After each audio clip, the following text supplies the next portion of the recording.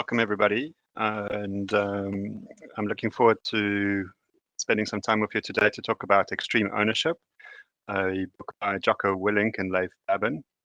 My name is Dr. Riaan Steenberg. I'm the Chief Academic Officer of Stellenbosch Graduate Institute, and we started the Executive Book Club really from a perspective of saying that we all need to think about what we read, but sometimes you don't know if a book is worth the time, etc. So we read for you.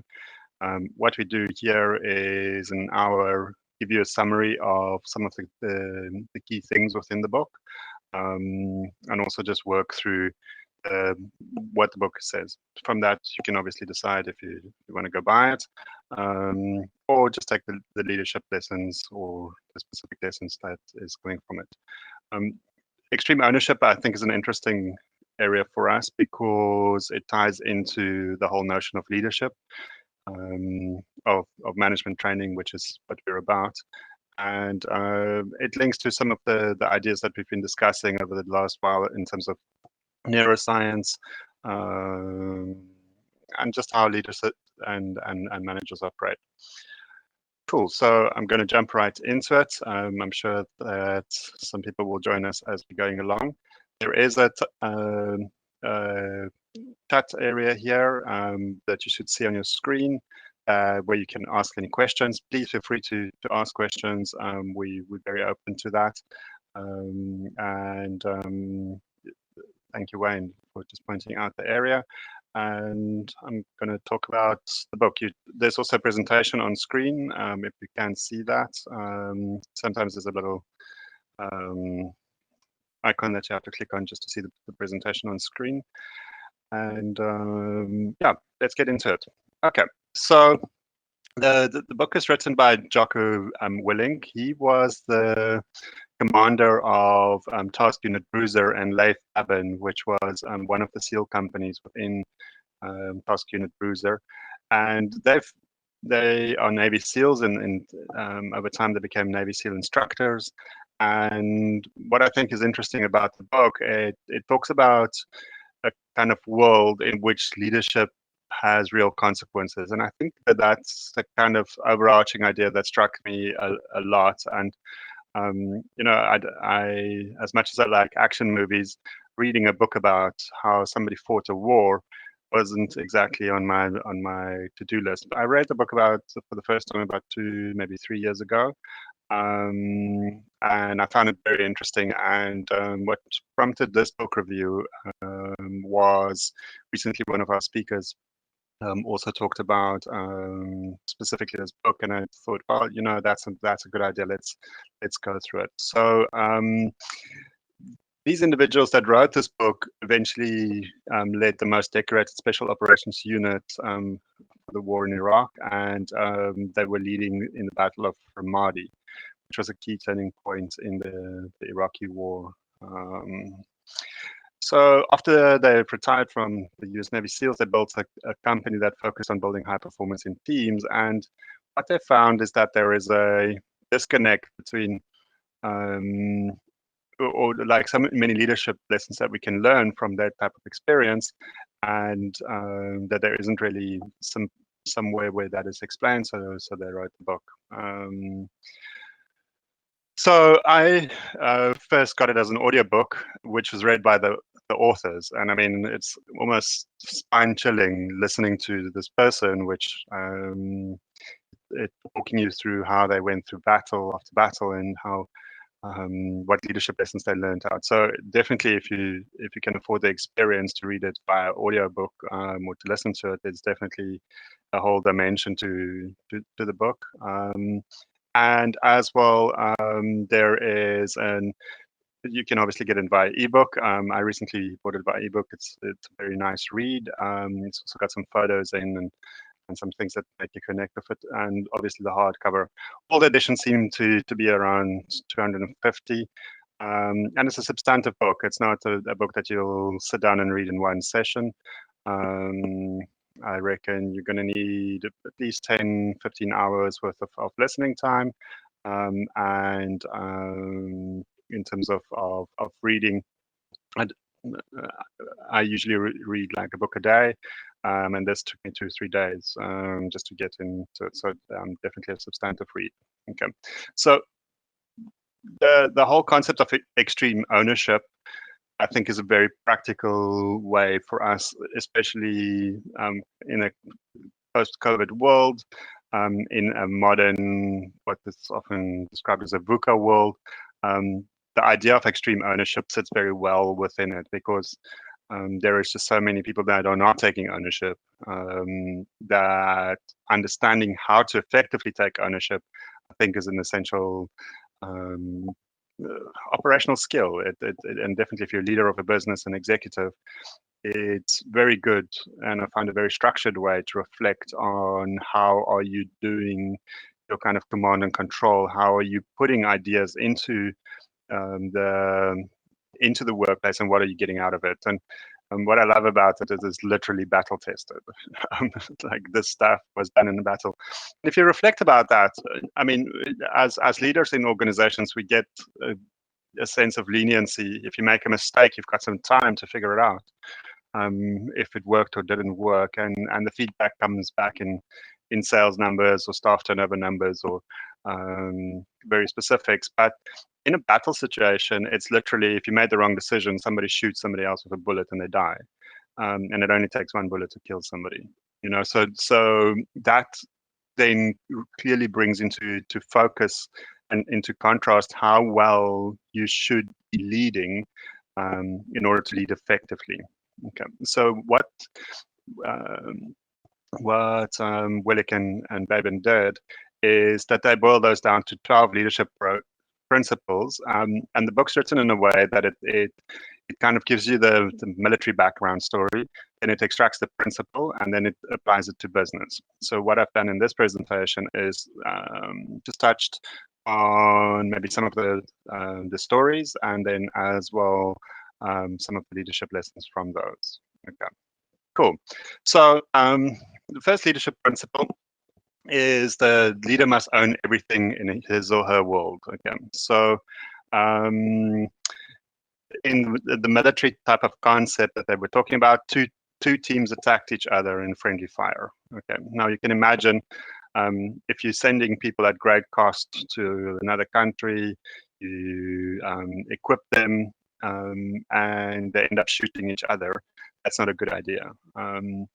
And the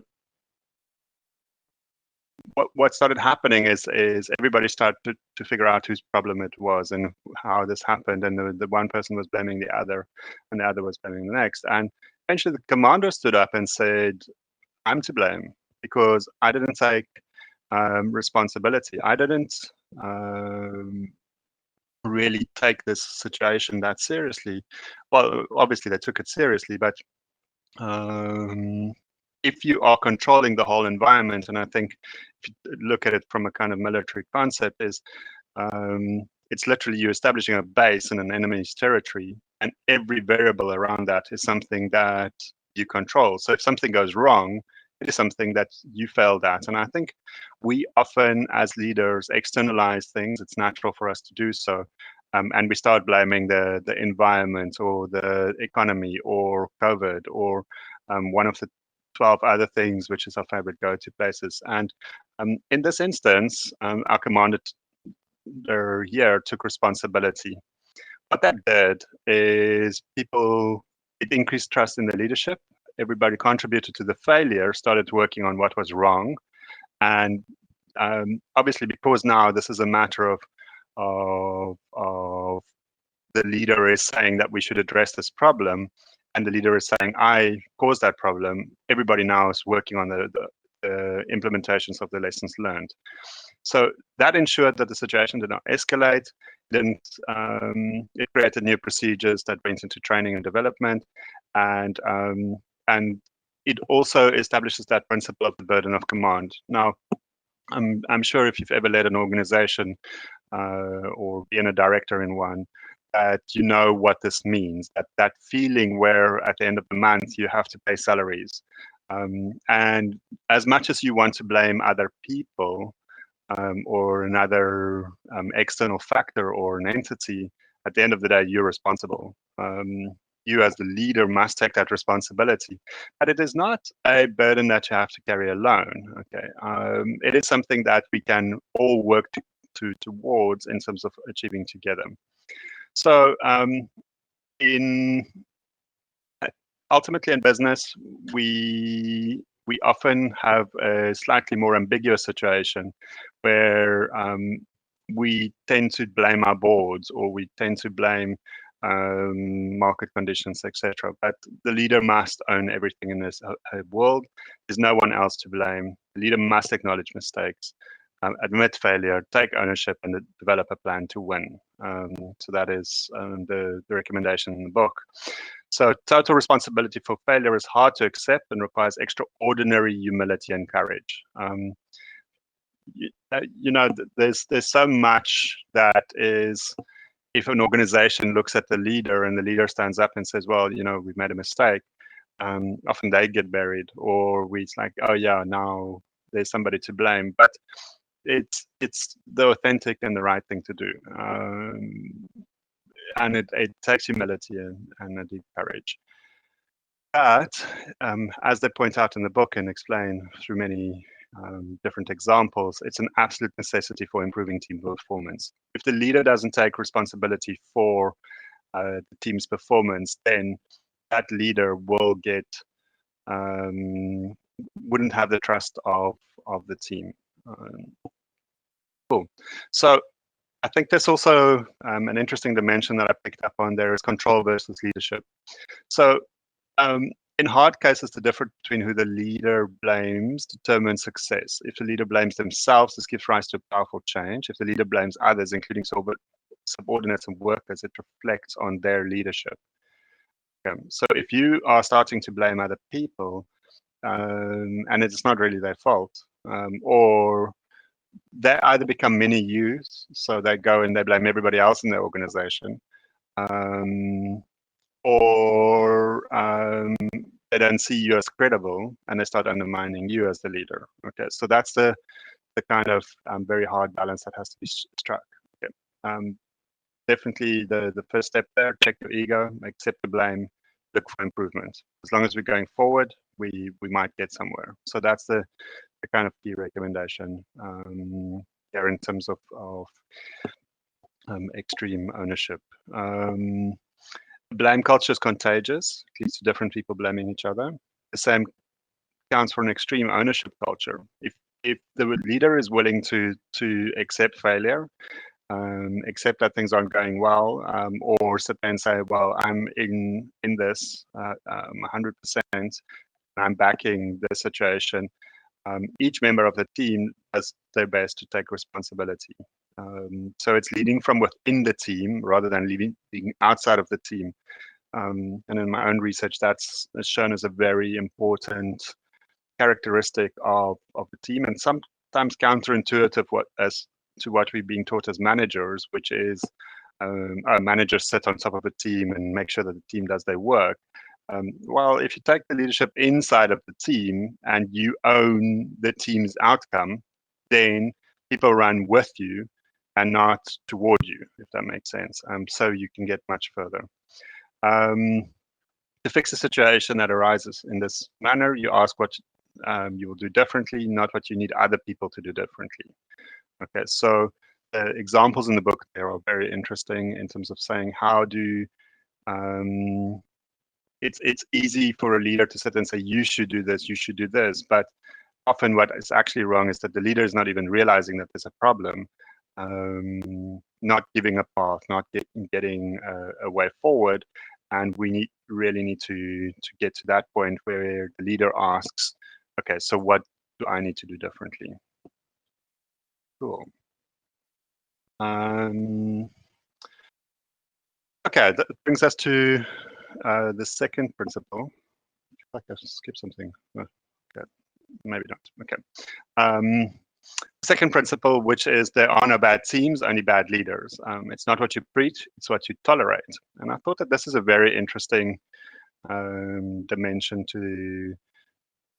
or a principle in leadership to say that, what they did is during SEAL training, they took 2 boat crews during a hell week, where these people had to carry a 100-kilogram boat.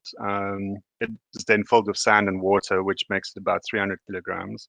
And then they have to race it up and down the beach. Um, and you can imagine that doing that after a couple of rounds, you're utterly exhausted. And then they would typically get about an hour's sleep a night. Okay. So for these races, they were made very complex. There was fights and contests. They often had to jump into crashing waves, complex changing conditions. It always rained while they were doing this. So, and the 5 minutes that you had, you were sitting in sand, getting chafed, etc. So the prizes for these contests were often a few minutes of rest, and while the rest of the teams just kept on going. And the attitude was that the second place was only first losers. When I first read this, this felt to me like approximately a sales goal for the average organization.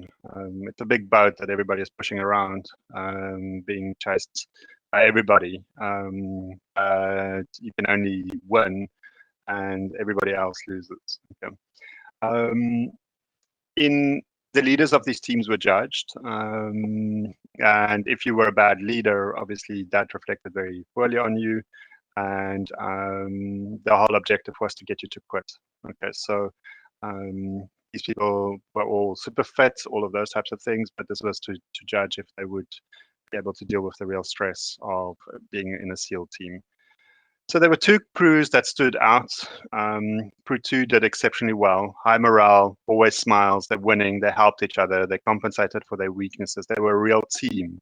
And imagine being in the scenario and being that team, where the instructor is trying to take you out, but you're smiling, you're winning, you're driving forward. It almost seems like there's a little bit more energy. Now, that demoralizes your the people that are competing against you, and you building an attitude of success, and that success gives you a little bit more rest, and because you're a little bit more rested, you can keep on winning. So that kind of positive virtuous cycle came out in the crew 2. And crew 6 did exceptionally poorly. They were always losing. The teammates were frustrated at each other's throats. They were always yelling and cursing, and everybody wasn't doing their part. And they were always trying to point blame and fingers to it. Okay. So to kind of demonstrate how team leadership works, they swapped crew 6 and crew 2 leaders. Okay, to find out what's the problem. Is it the crew? Is it the leaders? The crew 2 leader was very happy. Sorry, the crew 2, like he was previously on the good team. The leader wasn't that happy, but he accepted the task. Okay, so he was now going to take this bad team and he's going to run it. And the bad team leader was exceptionally happy because he had believed since the beginning that he had been given a bad lot, and he got the bad luck in terms of putting together a team, and he was now going to be excellent. A new race was announced, and crew 6 came first, and crew 2 came second. Okay, so both crews continued to challenge each other for the rest of the competition for dominance. Okay, but that leader, the good leader, went into this apparently bad crew, just reorganized them, and just let them focus on the next task. And this type of example proves that leadership is the single greatest factor for a team. The leader's attitude sets the tone for the entire team. And if a team is not winning, it is because the leader is not letting them win. And I thought that this is a very, very powerful example. And even if you just bought the book for this, reading this particular case, it definitely is something that is very powerful, and it often gets quoted as a particularly interesting case. So kind of getting back to the point in terms of saying, how do we, it's not just about the kind of standard of performance that you accept or tolerate. It's about what you're not tolerating. So Um, there was a long discussion in the book around how substandard performance is accepted and no one is held accountable. If there's no consequences to that, then poor performance becomes the new standard. Okay. So we often wonder why teams kind of get a little looser, a little laxer, not focused, etc. It's because we accept that as the performance standard. Okay. And people seem to go to the lowest common denominator in that performance standard, and it's the job of leaders to enforce those standards. And we don't like the word enforce, we don't like the word force, but ultimately that is the job of the leader. You can do it in a nice way, but that really is an essential principle of leadership. So tasks must be repeated until the higher expected standard is achieved. Teams need a type of forcing function to get different members to work together to accomplish the mission, and that's what leadership's about. So any course on leadership that you'll ever do will tell you that leadership is about setting a performance expectation and maintaining the boundaries. And it's those maintaining the boundaries is always some kind of forcing involved or force involved. So leaders should never be satisfied, which I found an interesting perspective, and must always strive to improve and build a mindset into the team. Need to face the facts through brutally honest assessment of themselves and their team's performance. And the point that I wanted to add is to say that I recently read a definition of trust that said it is the amount of discretionary effort somebody will spend with you to achieve a goal. And I thought that that's a very interesting perspective, because in the standard of performance, and we'll get to that in another principle, you're building trust by setting a standard, okay? Because the person will know what is expected from them. They will perform to that standard. And that will then allow you to spend more time with them, get them forward, and know that they're a solid resource that can continue to deliver. Cool, so that's one side of it. Okay, so looking at the third principle, a leader must be a true believer in the mission if they expect others to follow. Okay, so the example in the book is a very interesting one in that this task unit Bruiser in their first tour of duty came in, and they were well trained, the best people, most expensive equipment, really a high-end unit that really performs at peak. They came into the first tour and they made a substantive difference to the battle environment. They helped capture whole areas and did quite well. In their second tour, the first thing that they were told is that every mission that they will go on will involve local Iraqi soldiers. Now, the commander did not believe that that was a good idea, because obviously if you've got the most highly trained battle unit on Earth, and you now being asked to involve people that is arguably some of the worst soldiers on Earth at that time, because they were on a losing side in a battle. And now you have to go on missions with them. As a commander, you would often feel that that's not an easy kind of ask. But for me, the interesting lesson here was that he stood back and he reflected on why he would be asked to do that. Okay, what is the bigger picture here? Why would the security analysts and all of the people that are looking outside in recommend this course of action? And he realized that if Iraqi soldiers cannot defend their country, then in this case, the US would have to do that for a long time. Okay, so that gave an interesting perspective and gave him the kind of path or mission or vision to see for himself what it took to convince himself. And when he then was able to bring that to his team, he could explain the rationale, and he asked them to say, what happens if we don't do this? Okay, what is the consequences of that? What is the long-term impact of this? Which then slowly but surely brought people along. But until he, as the commander, believed in that course of action, nobody was willing to support the view. Okay, and how many times as a as leaders do we in companies forget to share our vision with everybody, but also sometimes take negative opinions on specific elements.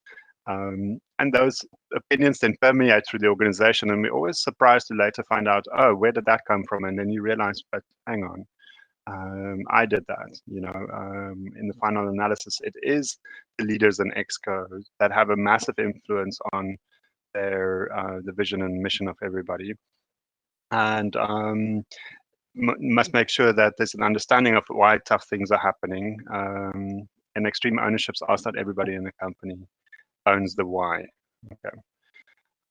So that's a very kind of important thing. I think when you're reading a book on why, start with why. We'll review that one of these days. Okay, cool.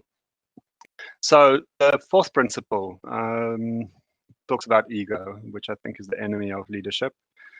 Ego clouds and disrupts everything. So egos are those things that a leader cannot afford to use as his primary weapon or his primary tool for leading. Okay. So naturally, I think what happens is once people put their trust and faith in you, there is an element of ego that enters into the equation. So you get to a point where you believe that your attitude or what you know is important, superior, etc. Maybe you've got a ton of experience from current or past experiences, and the leader builds up an ego. It's a well-documented phenomena. It gets to a point sometimes where that ego convinces the CEO or the person leading that they are invincible, and that invincibility hits them one day in the marketplace when one of the calls that they made has a massive impact, and that impact often plays out on the front page of a newspaper or through a substantive punishment by one of your competitors or something like that. So when a large ego is threatened, it often undermines the effort of another leader or does not support an initiative. And how many times have people come up with good ideas and somebody shoots it down, and the only factor really is that, well, I didn't think of that. Okay. So that's a very dangerous kind of space. And in battle, you can imagine that if somebody's got a superiority complex, that could create a lack of coordination, a lack of cooperation that then costs lives. Okay, so and that's exactly what they describe in the book. A good unit was superior in their capability, but due to their inability to work with others, they undermined and set back the progress of another unit. This eventually it became to a point where this one superior unit basically had to leave the battleground because they did not fulfill the original strategic intent. They didn't support it, and every time, because they didn't want to tell anybody what they're doing because they're so superior, it halted all other operations when they were in the battle zone. It made it unsafe for anybody else because they weren't clear if they were shooting on friendly people or not. So that kind of idea happens because of ego, not just of individuals, but of teams, egoistical teams. So in extreme ownership, the premise is that your attitude and effort is to blame, and you need to take responsibility. Then, if you take that view, then you are not threatening another ego because you are working on the outcome that is required. So it's about the mission, and the mission is larger than an individual, even if it is the leader and their ego. Okay, so if your ego is larger than the mission, then you know you've got a problem. If your ego is the mission, then you definitely have a problem. And yeah, if your ego is larger than any individual in your team, at some point in time, you're going to challenge each other for dominance. So you must evaluate if that's okay. Cool. Okay, so fairly easy principle that I think we all suspected must be in this is that all elements of a team must work together, mutually supporting each other. Okay, so in the book they talk about um, a complex battlefield where they develop a kind of lockstep mechanism where you can imagine this unit goes out and they need to travel through the territory. So they send a bunch of guys forward to go establish a position, place the correct sniper scopes in the right area, and open up the space so that the rest of the team can move in. But while they did that, the rest of the team covered them. So it's cover and move. So that sounds like a great principle. So this particular team got stuck in a really tough situation. They were cut off from the rest of the support, and they used this cover and move principle to really work together, mutually supporting each other, and they went through one of the toughest spots without any harm. The intriguing part is when they got back to base, they were accosted by their superior, and they asked, so, we thought that this was a really great thing that we did, you're safe, etc. And they asked, did you ever think about some of the other units that needed the same support over the period of time? And did you flag that to them? Okay. And I think it's Babin in this particular situation. It just like said, well, you get so stuck into the pressure of the minute that they forgot the big picture. Okay, so they had real pressure. They had people shooting at them, and they needed to kind of keep their space and make their space so that they can get through this. And they did it. They were unharmed to the other side. But there was another unit that was also stuck, which if they had used the same principle, cover and moved with that other unit, both units could get to base safely. And that's the kind of thing that I think we sometimes realize as a business to say, we need to practice, we need to trust, we need to know what to do under pressure, but we need to sometimes step back, evaluate the big picture, and be the resource to others in the process. And how we can utilize that in business, and I think during COVID, some people did that very effectively, and even now, is to say, what am I know we're struggling to survive. Our business is moving in this direction, etc. But what are we doing to help our suppliers survive? So that kind of attitude says that we get so hung up on our own performance and getting things right that we miss the market, the capabilities that we use, and then one day we wake up and one of our suppliers don't exist anymore, and we sit like, now we're really stuffed.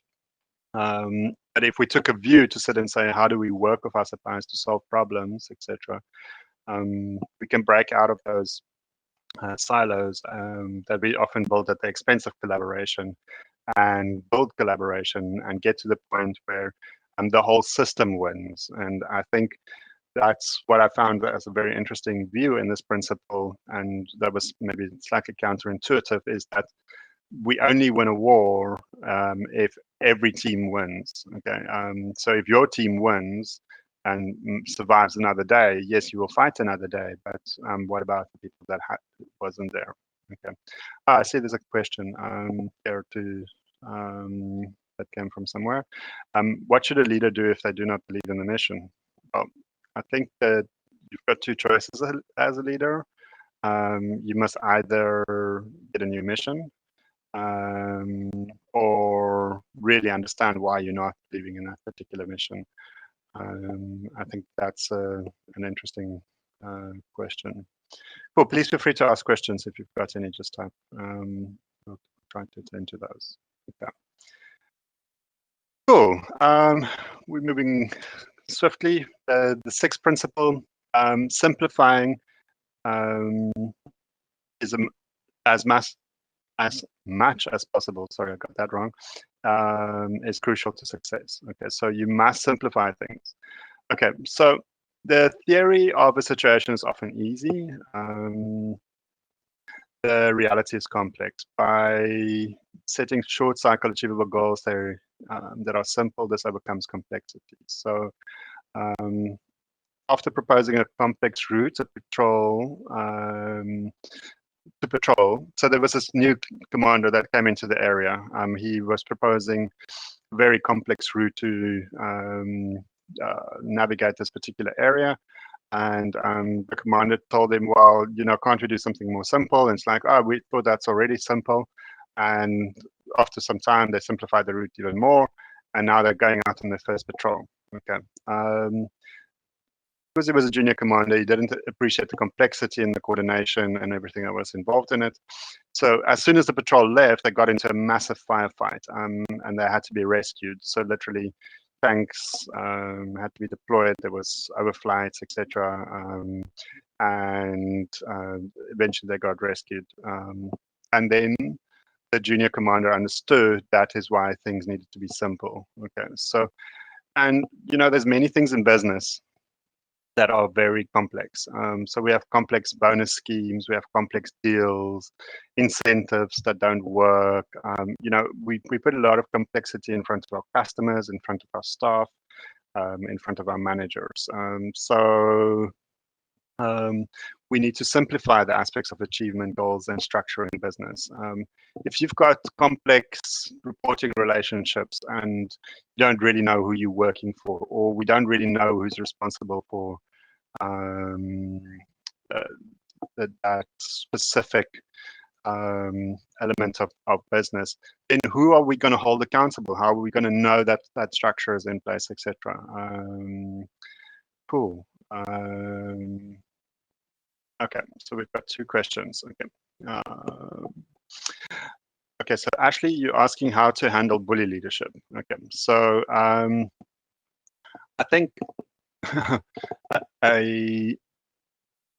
there are 2 types of leadership, and I always like this type of question, because what I find about this type of approach is that it is not just saying that this is what it means to be in charge of a team. So bully takes charge of a team and bullies them into submission. Okay, but leadership is something that you can do. So the whole concept of leading without authority, I think that's a very interesting view. If you did these things, okay, in time, you would actually become the de facto leader in a team. Okay, so how do you handle a bully leadership? You be a better leader than the bully. And if they bully you, at some point in time, you've got a whole team that backs you. So that's one way to think about it. But also, really understand why that bully is a bully. And my approach generally is to work with the individual first. So address your issues with the individual, later take it into a larger group. And every bully leader has a boss somewhere, and at some point in time, that boss needs to be aware that it's there. So try to understand it from their vantage point, and that's a principle that is highlighted in the book as well. But yeah, you don't have to accept bully. Hi, Paul. Nice to chat. So Paul could actually probably write a book about leadership. And thanks for joining us here today, Paul. A military environment like SEALs, I would imagine, is command and control based. The modern approach to leadership is more participatory and democratic. Do they cover this in any detail? Yes, they do. And it's interesting because I think what they are saying, and it comes through in one of the other principles, is that command and control is an important element of achievement. And a lot of times people hide between this kind of idea of being participatory and democratic as a basis for not setting good standards and clear goals. Okay, so I also see that, and one of the later principles that we'll deal with is how to devolve control into smaller teams and make sure that they are empowered. Okay, so there is a whole kind of dimension to that, while at the same time not losing focus of why we are here. So I think command and control is often confused with with, or maybe the other way around, democratic and participatory standards are confused with tolerance of performance and weakness in terms of not dealing with diversity. But it's a complex set of questions, but there is a element of that. Cool, thanks, Paul. Okay. So one of the principles, principle 7, is leaders need to prioritize and execute, relax, look around, and make a call. So this deals a lot with complex situations in this section, and which says that a complex situation can be overwhelming. There's a risk in failing in all the variables of a complex situation, and how do you mediate that risk? There's a million things coming to you at once. You've got a funding crisis, your customers can't get your product, your suppliers are not being able to supply, and your staff is in uproar. And that was just April of 2020. So in their specific case, a soldier fell out of a window while attempting a daring rescue, with fighters exposed on the roof, on the team to ground to a potential firefight. Okay, and they talk about this idea of prioritizing and executing. Okay, so if they went to the most natural place, which is to assist the guy that fell out of the window, immediately they're exposed and will be shot at in the firefight. But if they just follow the logic to say set a security, so we secure the people that can secure the man eventually, get the people off the wounded rooftop, and third priority to get a head count. And that kind of priority was executed one by one, and that eventually allowed them to resolve the situation. So I think it is, how do you as a leader choose the best effort to put yourself into right now so that you can do the right thing, so that it creates the capacity down the line for us to do better. So, and this is an extreme scenario, but it is always the case. As a leader, there's always a demand on your time. You need to, and they recommend that in business, set the highest priority for the team, direct the execution of that solution, move on to the next highest priority, monitor other problems as they arise. And leaders must communicate the highest priority, ensure that resources are in place to achieve it. Okay, Frick, you made a point. Could it be that the military environment represents organizations in turnaround situations, in which case a top-down approach is expected, command and control, and it should not be confused with bullying? Interesting. I think so. There is a bullying. We all seen done the management training that says, you match your management style to the situation, and why would somebody be a bully? But I think there's also we do get kind of psychopath leaders that isn't necessarily a good idea. And how do you deal with people like that? And you have to operate faster than them. You have to be better at what you do than them, and then they view you as a challenge or as a threat. So there are real bullies, real kind of type A people that can often confuse bullying with leadership. So I think that there's two sides to that coin. It's a stunning question. I think a military environment is almost always a turnaround situation, but it's also a long game, because if you don't succeed against the enemy now, you potentially threaten a longer term view of the world. So it's kind of doing what's right in the moment, and I think that also needs to be clear, which I think speaks to this principle as well. It's like, what do I need to prioritize now and execute and make sure that gets done? A good friend of our business once gave us a book, which I think we'll review at some point in time, Scale Out.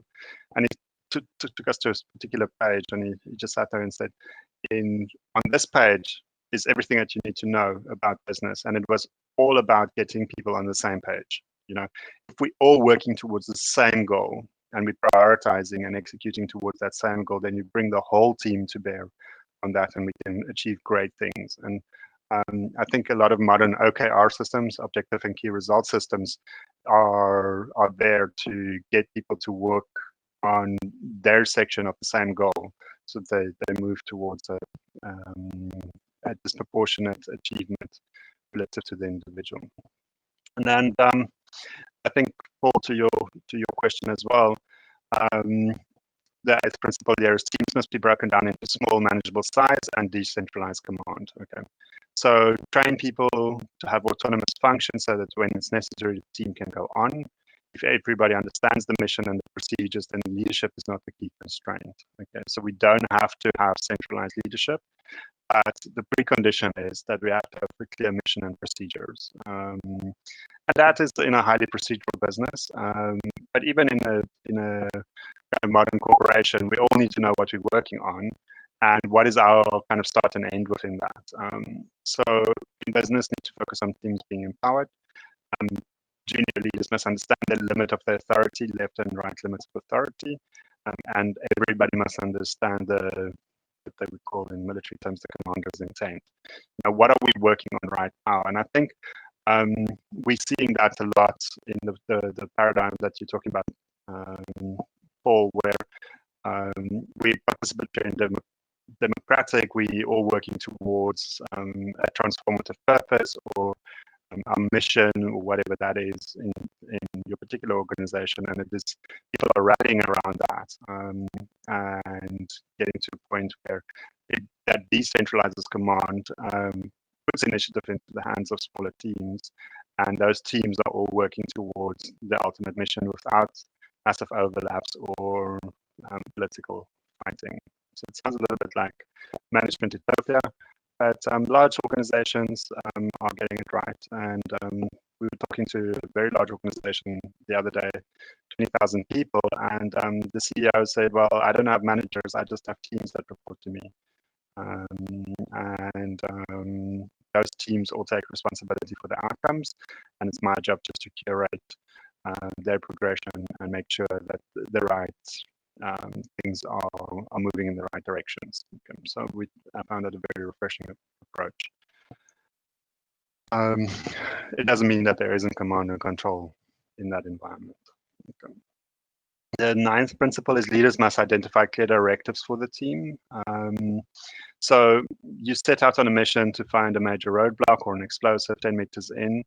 And the question is, do we then stop the mission? Okay, and the answer is no. We set out on a mission. Okay, the mission was to go rescue the damsel in distress or to achieve a specific objective. And the answer is that we need to plan for that. And I think a lot of modern corporations don't view planning as necessary. And I love the saying that says planning is necessary, but plans are not. That's, although one can debate that. But the question is, why didn't you plan for this? Okay, so leaders must identify clear directives for the team. Planning must get done. Missions begin with mission analysis. How did we get here? What can go wrong? What are we going to do about it when that happens, etc. All members are briefed on the plan. And then something that I'm finding in business a lot is that terminology is very important. Okay, when we say that we want to achieve a particular goal, we often get into a situation where something's achieved, but we don't really understand what it is, and then maybe it wasn't what was intended. So terminology is very important, and so that we're all talking about the same things. That's easy in long-established organizations that operate in a particular way, when often, sometimes it's not easy in those organizations, but the disconnect in terminology between, say, the finance team and the sales team can often lead to a space in which there is one is reporting sales and the other one is recording contract debtors, and the other one is, there's a whole range of different things. And once things become a lot more complex, then terminology becomes very important. And then when the leader says we must increase X, the finance team hears one thing and the sales team hears another thing, and that kind of those clear directives for the team and or the organization, I think, is very, very clear. People tend to perform according to what is expected from them, and the book talks a lot about the notion that nobody gets up in the morning to mess up organizations. So then if an organization is not performing as we expected they should, the question is why not? And it is obviously that they're not being expected to perform at those levels. Okay, cool. I need 2 more principles to go.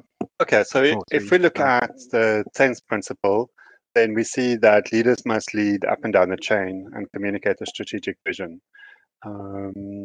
So the thing that I find interesting is that often we assume that people know what has happened outside of the boardroom or outside of the exco meeting, or that the leader somehow looks people in the face and they're supposed to know what is going on. So people do not automatically know what is going on in the head of the leader. The vision and intent needs to be communicated up and down the chain to ensure that everybody understands the intent and work out their role in delivering in that intent. What you can also find is that bureaucracy can be overcome through pursuing the intent, conforming to the bureaucratic expectations and delivering the end results. Yeah. So in the book, there's an interesting story about how the team specifically had to deal with a bureaucratic requirement. So when they went into battle, now all of a sudden they had to fill in all sorts of forms and declarations and administration because there was a huge amount of oversight over the process of that was imposed by the central command. This obviously caused a lot of resentment until the leader explained why they're doing it, and as well that this requirement is what they need to do to get the job done. So we have to pursue the intent, and sometimes the bureaucracy is debilitating in terms of that intent, but overcoming the bureaucracy allows us to move beyond that and optimize and be efficient in terms of that intent. So as long as we're driven by that strong intent, that strong vision, that strong kind of central defining purpose, the administration of the issue can be overcome. And I've seen that in business as well, more directly when there was one organization that I was part of that had a very bureaucratic process. And as soon as we clearly defined that our job is to speak to our customer, to be very clear, bureaucracy just became something that we did. And we very soon changed that process because it became illogical for us to continue with the bureaucratic process while we started showing results in reaching the customer. So the business had to adapt, and in that very soon we were delivering far more than we did before. But we respected the bureaucracy initially until we had enough power to effectively change it. Yeah. So that brings us to principle 11. Only one more to go after this. And I find this a particularly interesting principle because it talks about how leaders must make decisions quickly in uncertain situations. And I think what is tempting to say, or tempting to paraphrase this as leaders must make stupid decisions in uncertain situations. And that's not what this principle is. And I find that we have to look at very carefully. So definitely something very interesting in the book and a different perspective, and quite a long chapter in that. So you might have seen the movie American Sniper, in which Chris Kyle is a hero in the Iraqi war, in that he does very well as a sniper. Okay, and it talks a little bit about how we should make our own luck and how a good sniper is willing to go that extra mile in terms of signing up for the task and having the patience to actually complete the task. Okay, so that's kind of where some of that is going. But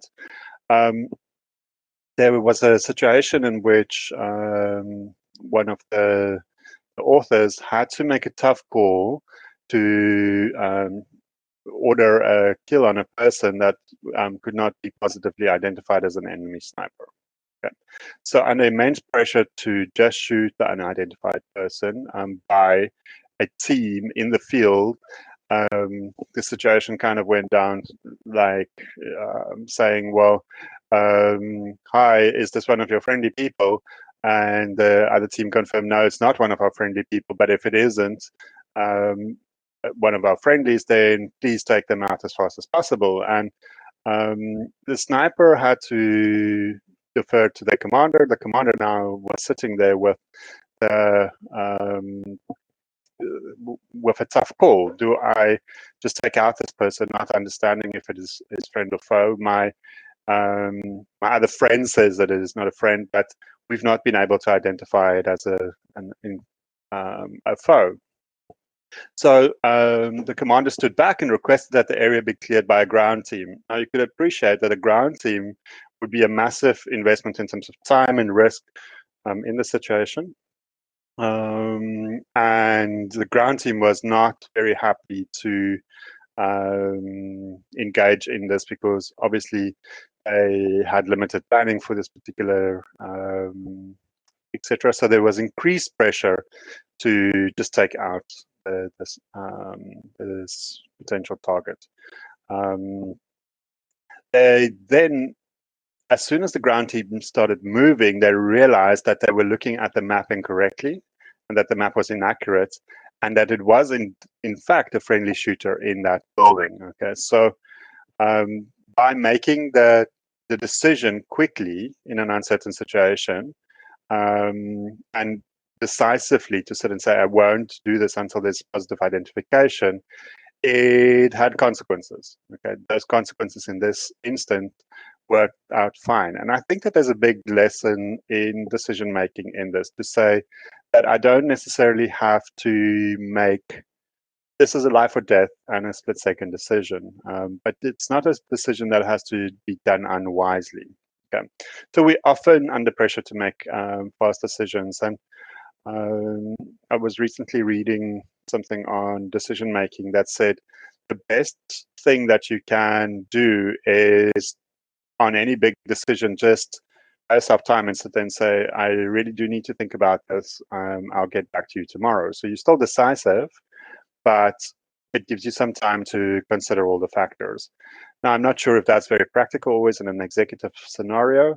And also, these types of decisions don't often come if you've been in a business for a long time. You kind of know what's coming up. You've got heads up on the horizon. So, but the moral here is to say that the best decisions is the ones where you are not led by the situation, but you are leading the situation. Okay, so if you're not in a position to rise above the situation and ask, okay, so what is really going on here, then it's better to buy a bit of time. Okay, think it through, and rather get a decision now that's not 100%, but that doesn't turn into a mess later. Okay, so imagine in the sniper scenario that we just went through, if that trigger was pulled, they would have to explain how friendly fire happened. If it was then sit and say, but you did not have a confirmed view of this target, that could have been a massive setback in terms of a person's career. But never mind that, it's not the objective, it's not the mission. So yeah, by sticking to your guns and doing the right thing, it was a good solution now and avoided a mess later. And if the converse was the case, and the ground team cleared it and found out that it was a enemy um, combatant in that specific scenario, then it would have been clear and nobody would have questioned it. So it was the right decision and it avoided a mess at a later position. And I think for any executive, that's a win if you're doing the right thing, and even if it takes a little bit more time. Okay. So another interesting scenario that was played out in the book is where two people are. There's a company retreat, two executives are there, and they're both threatening to resign because they can't work with the other person, and becomes a bit of a test to see who's the most popular in the organization. The CEO doesn't want to lose either person because they represent key skills. And in the type of work that the authors do with that client, they ask the client to consider getting rid of both. After consideration, they figure out that there is suitable talent in the rest of the organization, that this enmity between these two players really caused great damage to the organization, and that their energy is weak. The CEO has to decide to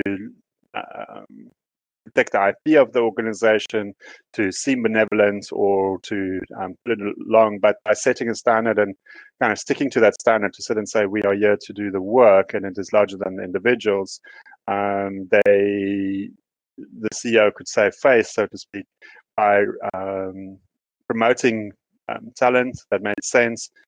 Those talents were in the team already, and ended up firing both. The moral of that story is that leaders must make decisions quickly in uncertain situations, and those decisions aren't always I don't want to say the most logical. Not all decisions are logical, but those decisions weren't. In a specific case of this CEO, it's not the kind of most obvious choice because you would have wanted to preserve one.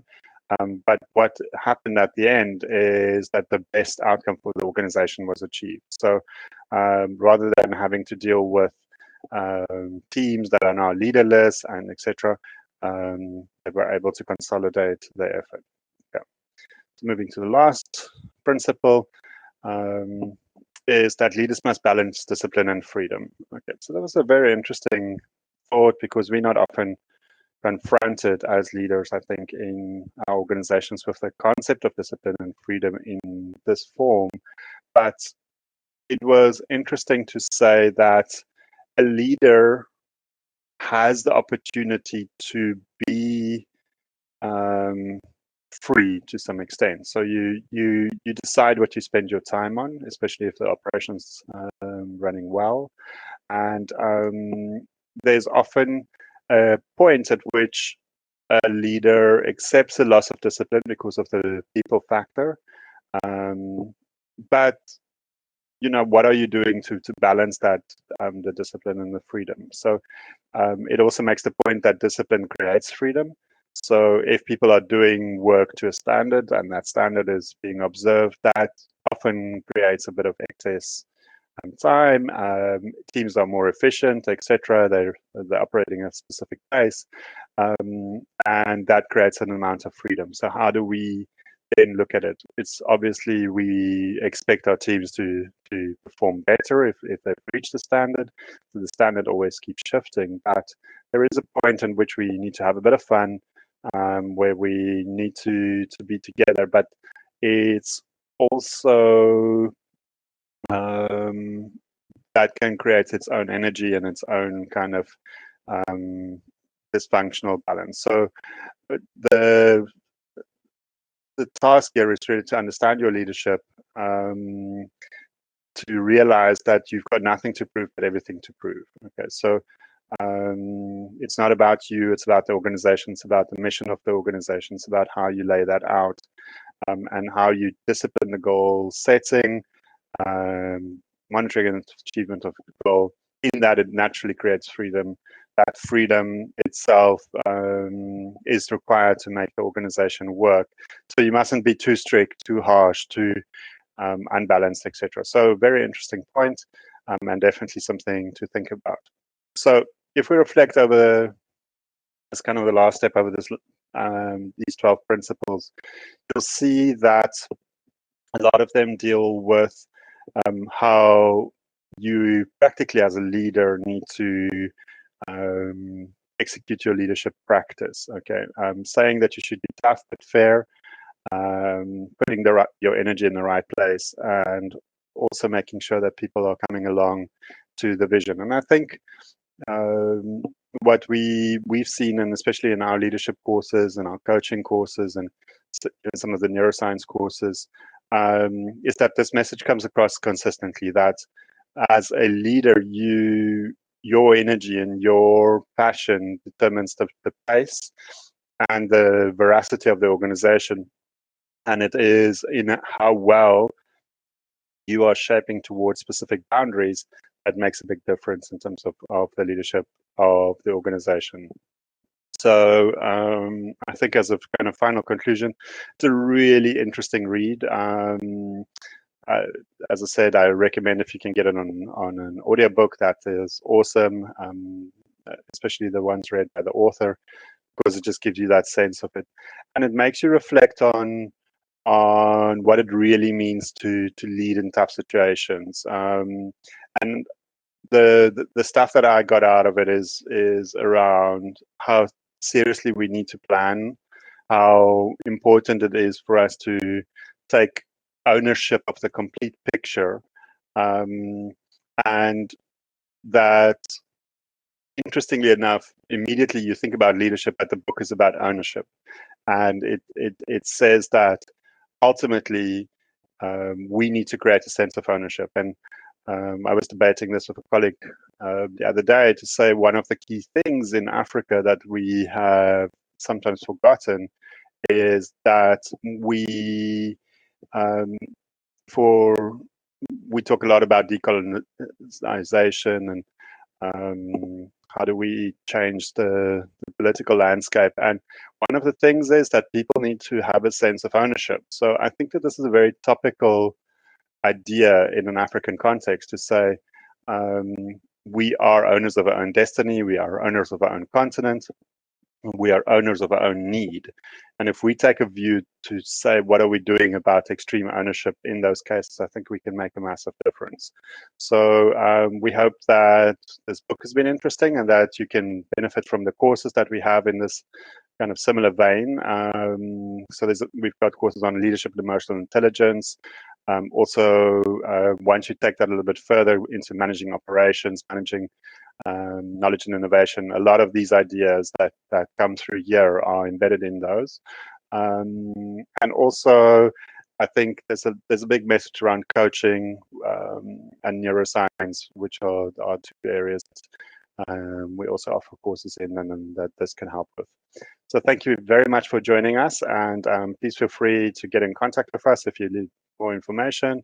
And it's been an absolute pleasure reviewing this book. And the link for where you can buy this through SGI will be available as part of this video. Thank you. Farewell. Bye.